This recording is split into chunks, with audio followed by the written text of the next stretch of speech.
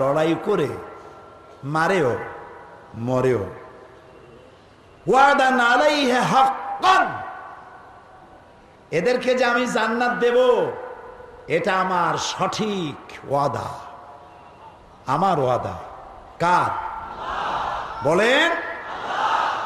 এই ওয়াদা আমি করেছি ফিত তাওরাত ওয়াল ইনজিল, এই একই ওয়াদা আমি তাওরাতে করেছি, ইনজিলে করেছি, ওয়াল কোরআন, আর এখন এই কোরআনেও একই ওয়াদা করলাম। সুবহানাল্লাহ কইতে ইচ্ছা করে না? কে বলতেছেন? ওয়ামান নাউফা বিআহদি মিনাল্লাহ, আর আল্লাহর চাইতে ওয়াদা পূরণকারী আর কে হতে পারে? আল্লাহর চাইতে ওয়াদা পূরণকারী কেউ হইতে পারে না।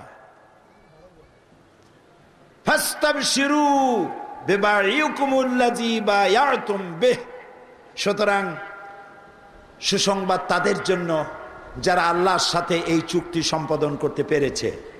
ওয়া যালিকা হুয়াল ফাউজুল আযীম, আর এটাই হলো সব থেকে চূড়ান্ত সাফল্য, এর থেকে বড় সাফল্য আর নাই। আলহামদুলিল্লাহ বলবো না? এখন এই মোমেনদের জন্য, এই মোমেনদের জান আর মালের বিনিময় আল্লাহ দেবেন কি? জান্নাত। কয়টা বলেন? এই জান্নাতে যাওয়ার জন্য আল্লাহ তাআলা 8টি জান্নাতের জন্য এখানে আল্লাহ শর্ত করেছেন, বৈশিষ্ট্য করেছেন 8টি। এই 8টি বৈশিষ্ট্য যদি কেউ নিজের মধ্যে রপ্ত করতে পারে, রব্বুল আলামিন তার 8টি জান্নাতের দরওয়াজা তার জন্য খুলে দিয়ে দিবে। এবার শুনুন জান্নাতের রোডম্যাপ, জান্নাতে যাওয়ার রাস্তা। আলহামদুলিল্লাহ। আজ কোন দল নাই, মত নাই, আমরা সব একই মোহনায় এসে মিলিত হয়েছি। আলহামদুলিল্লাহ। কোন বিএনপি, জামাত, আওয়ামী লীগ, কোন দল নাই, মত নাই, আজকের পরিচয় আমরা সব মুসলমান। আলহামদুলিল্লাহ। যদি এই কথাগুলি মানতে পারি, আমাদের সাথে আপনাদের কোনো শত্রুতা নাই ভাই, কোনো শত্রুতা নাই। আসুন আদর্শের প্রশ্নে এক হয়ে যায়, দুনিয়াও শান্তি পাবো, আখিরাতেও শান্তি পাবো।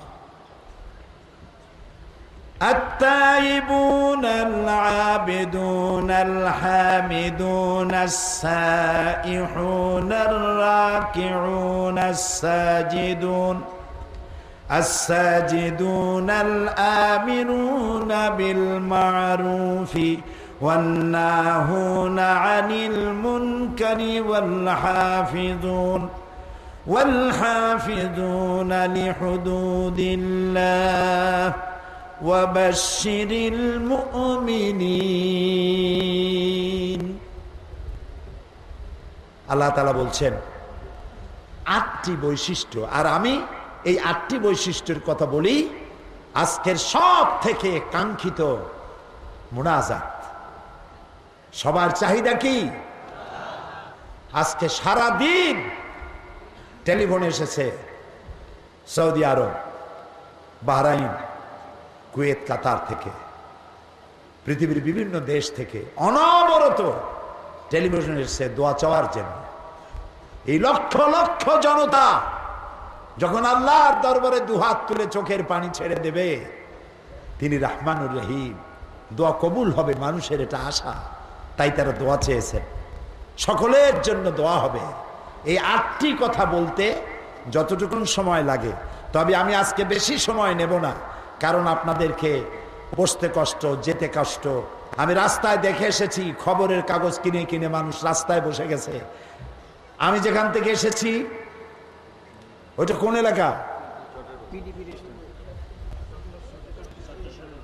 চট্টেশ্বরী রোড থেকে শুরু করে নিয়ে এদিকে কোন জায়গা? চকবাজার, অলিখা মসজিদ পার হয়ে পুরা রাস্তাঘাটে গাড়ি ঘোড়া বন্ধ হয়ে গিয়েছে। ইনফ্যাক্ট গোটা এলাকা ডেডলক হয়ে গিয়েছে, মানুষ আর মানুষ। সুবহানাল্লাহ বলো। আমি খুব লম্বা কথা বলবো না, সহজে এই 8টি কথা আপনাদের সামনে পেশ করতে চেষ্টা করব ইনশাআল্লাহ। 1 নম্বরে আত-তায়েবুন, তওবাকারী। জান্নাতে যাওয়ার জন্য যে সমস্ত মুমিনরা আল্লাহর জান্নাতে যাবে তাদের 8টি বৈশিষ্ট্য। 1 নম্বর হচ্ছে আত-তায়েবুন, তওবা এবং ইস্তেগফার, দুটি কথা আছে। কথা কয়টা? দুইটা। একটা হলো তওবা আর একটা ইস্তেগফার। তওবা শব্দের অর্থ হলো বিরত থাকা, ফিরে আসা, স্টপ করে দেওয়া। আর ইস্তেগফার শব্দের অর্থ হচ্ছে ক্ষমা চাওয়া। তওবা মানে হচ্ছে যে পাপ করতেছিলাম স্টপ করে দিলাম, আর এই গুনাহ করব না। তওবার অর্থ এই নয় লম্বা একটা পাগড়ি ছেড়ে দিলাম, সবাই মিলে ধরলেন, যিনি পাগড়ি ধরতে পারলেন না তিনি তার পিঠ ধরলেন, ওর মাথা ধরলো, ওর ঠ্যাং ধরলো, তাও যে পারলো না খুঁটি ধরলো, বাঁশ ধরলো, গাছ ধরলো। আস্তাগফিরুল্লাহ রাব্বি মিন কুল্লি যামবি ওয়া আতুবু ইলাইহি, এটা একটা গদবান্ধা কথা। তওবা শব্দের অর্থ হচ্ছে স্টপ করে দেওয়া, ফিরে আসা, বিরত থাকা। যে গুনাহ করতেছিলাম আল্লাহ তওবা করলাম, এই গুনাহ জিন্দেগিতে আর করব না, এটার নাম তওবা। আল্লাহ রাব্বুল আলামিন বলেন ওয়াতুবু ইলাল্লাহি জামিআন আইয়ুহাল মুমিনুনা লাআল্লাকুম তুফলিহুন। তুবু ইলাল্লাহি জামিআ, হে মুমিনগণ তোমরা সকলে আল্লাহর কাছে তওবা করো যাতে তোমরা সফল কাম হতে পারো। জীবনে যদি সফলতা চাই তাহলে তওবা করতে হবে, গুনাহ থেকে তওবা করতে হবে। ওয়াস্তাগফিরু রাব্বাকুম সুম্মা তুবু ইলাইহি, আল্লাহর কাছে ক্ষমা চাও এবং গুনাহ থেকে ফিরে আসো। আল্লাহ তাআলা তিনি ক্ষমাশীল, পরম দয়ালু।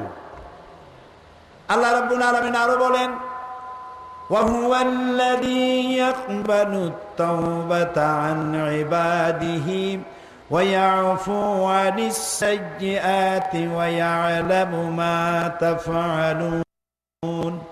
তিনি বান্দাদের তওবা কবুল করেন এবং পাপ মোচন করেন।